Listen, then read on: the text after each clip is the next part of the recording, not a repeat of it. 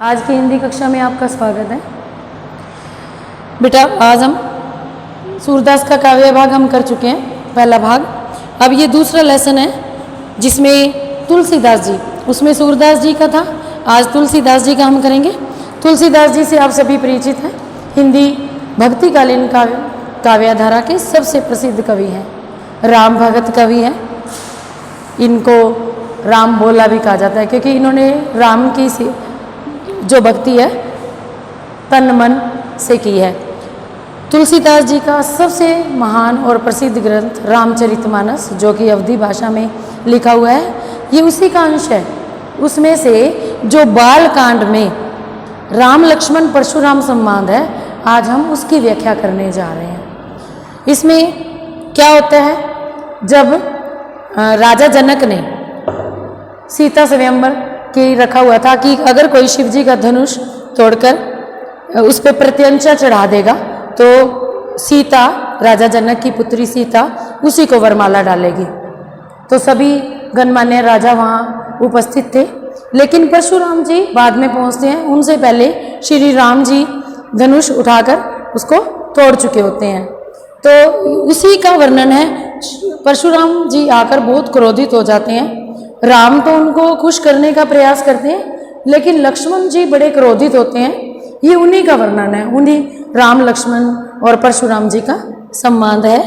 आपस में बात कर रहे हैं, क्या कहते हैं, नाथ संबोधन भंजनी हारा, होयो कोई दास तुम्हारा। जब परशुराम जी ने प्रश्न किया क्रोधित होकर कि धनुष किसने तोड़ा है, तो राम जी क्या कहते हैं, नाथ, हे नाथ, शंभु धनु भंजनारा। शंभु धनु शिव का धनुष, भंजनारा मतलब तोड़ने वाला, होयो कोई दास तुम्हारा, वो तुम्हारा कोई दास ही होगा।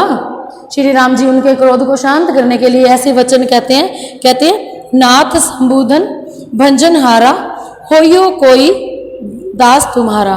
कहते जो हे नाथ, शिव जी का धनुष तोड़ने वाला कोई ना कोई आपका दास ही होगा। आ ऐसु कहा कही किन मोई, सुने रिसाई बोले मुन गई। कहते ये जो आप आकर मुझे किस प्रकार बता रहे हैं, वो कैसे मेरे को मोह सकता है। सुन रिसाई बोले मुनि कोई, वह रिसाई खींच कर गुस्से से बोले मुनि कोई मैंने क्रोधित होकर कुपित होकर बोलते हैं। सेवक से वो जो करे सेवकाई, सेवक तो वो होता है जो सेवा करे। अरि करनी कर करी लड़ाई, और जो शत्रु का कार्य होता है वो तो लड़ाई करना होता है, तो वो मेरा दास कैसे हो सकता है। कहता है सेवक तो सेवा करने वाला होता है, और अरि मैंने शत्रु, जो शत्रु होता है वो तो लड़ाई करता है। सुनो राम जे ही शिव धन तोड़ा। कहते हे राम, जिसने शिव धनुष तोड़ा है, सहस बाहु समसो रिपु मोरा, वो सहस बाहु के समान मेरा शत्रु है। सहस बाहु परशुराम जी, ये प्रसिद्ध थी इनकी शत्रुता। सहस बाहु की इन्होंने भुजाएं तोड़ दी थी परशुराम जी ने। तो कहते सुनो राम, कहते जिसने धनुष तोड़ा है वो सहस बाहु के समान मेरा शत्रु है। फिर वो कहते सो बिलगाओ बिहाई समाजा, नैते मारे जय सब राजा। क्या कहते हैं परशुराम जी क्रोधित होकर, कहते सो बिलगाओ बिहाई समाजा, वो इस सभा से अलग हो जाए। समाज बिलगाऊ मैंने अलग हो जाना, कहते वो इस सभा से अलग हो जाए। न तो मारे जाए सब राजा, नहीं तो सभी राजा मारे जाएंगे। परशुराम जी बहुत क्रोधित हैं, कहते हैं कि अलग हो जाए जिसने शिव धनुष तोड़ा है। सुन मुनि वचन लखन मुस्काने, यह वचन सुनकर लक्ष्मण जी मुस्कुराने लगे। बोले परशुधरी अवमाने, परशुराम जी की अवमानना करते हुए बोले बहु धनुई तोरी लड़काई। कहते हमने बहुत सारी लड़काई, मैंने बचपन में हमने बहुत सारी छोटे छोटे धनुष तोड़े हैं। कभू न असी रीस के नहीं गोसाई, तो हे गोसाई, हे स्वामी, तुमने कभी रिस मतलब कभी गुस्सा नहीं किया।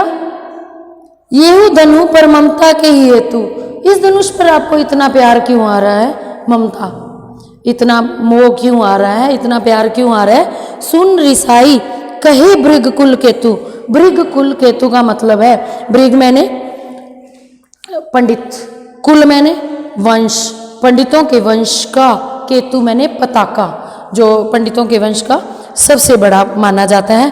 कहते सुन ऋषाई, जो ब्राह्मण कुल का जो ध्वजा के रूप में कौन? परशुराम। परशुराम जी गुस्से से बोलते हैं, रे नृप बालक काल बस बोलत तो ही न संभाल। कहते अपने आप को संभाल, काल बस तू मृत्यु को पुकार रहा है। रे नृप बालक, हे राजा के बालक, काल बस बोलत तू मृत्यु को पुकार रहा है तो ही न संभाल, तू अपने आप को संभाल क्यों नहीं रहा। धनु ही सम त्रिपुरारी धनु विदित सकल संसार। कहते तुम इसको धनु ही के समान बता रहे हो, त्रिपुरारी धनु, जो कि 3 पुरियों का राजा, तीनों लोकों का राजा शिव, विदित सकल संसार, जिसका धनुष पूरे तीनों कालों में, तीनों युगों में प्रसिद्ध है। कहते तुम उसको धनु ही के समान, छोटे से धनुष के समान बता रहे हो। परशुराम जी बहुत क्रोधित हैं और लक्ष्मण जी उनको जवाब भी दे रहे हैं। इसके बाद हम अगला करेंगे, इसको आप रफ कॉपी में लिखकर अभ्यास करें, फेयर में आपने लिखा हुआ है, याद भी करें। धन्यवाद।